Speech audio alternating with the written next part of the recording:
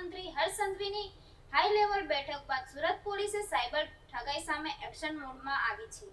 Operation mute account 2.0 અંતર્ગત એક સાથે 40 કેસ નોંધાયા, તપાસ તેમજ કરવામાં આવી છે. જ્યારે 50 થી વધુ શંકાસ્પદ લોકોની અટકાયત કરવામાં આવી હોવાનું સામે આવી રહ્યું છે. ગૃહમંત્રી હર્ષ સંઘવીની હાઈ લેવલ બેઠક બાદ સુરત પોલીસ એક્શન મોડમાં આવી ગઈ છે. ઓનલાઈન ઠગાઈના વધતા ગુનાઓને રોકવા માટે ઓપરેશન મ્યુટ એકાઉન્ટ 2.0 અંતર્ગત શહેરભરમાં એક સાથે કાર્યવાહી હાથ ધરવામાં આવી છે. આ અભિયાન હેઠળ સુરત શહેરમાં ઓનલાઈન ઠગાઈના કુલ 40 કેસ નોંધાયા છે, જેમાં સૌથી વધુ 13 ફરિયાદો સુરત સાયબર ક્રાઇમ પોલીસ સ્ટેશનમાં નોંધવામાં આવી હોવાનું સામે આવ્યું છે.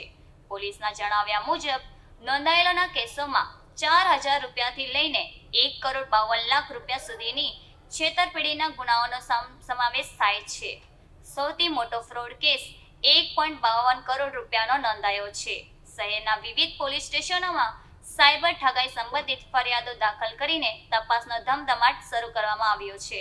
આ મામલામાં આંતરરાજ્ય તેમજ આંતરરાષ્ટ્રીય ગેંગના નેટવર્ક સુધી પહોંચવા માટે વિશેષ ટીમોને જવાબદારી સોંપવામાં આવી છે.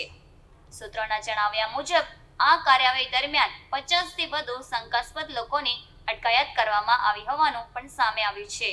હાલ પોલીસ દ્વારા ડિજિટલ પુરાવાઓ અને બેન્કિંગ ટ્રાન્ઝેક્શનના આધારે વધુ તપાસ હાથ ધરવામાં આવી રહી છે.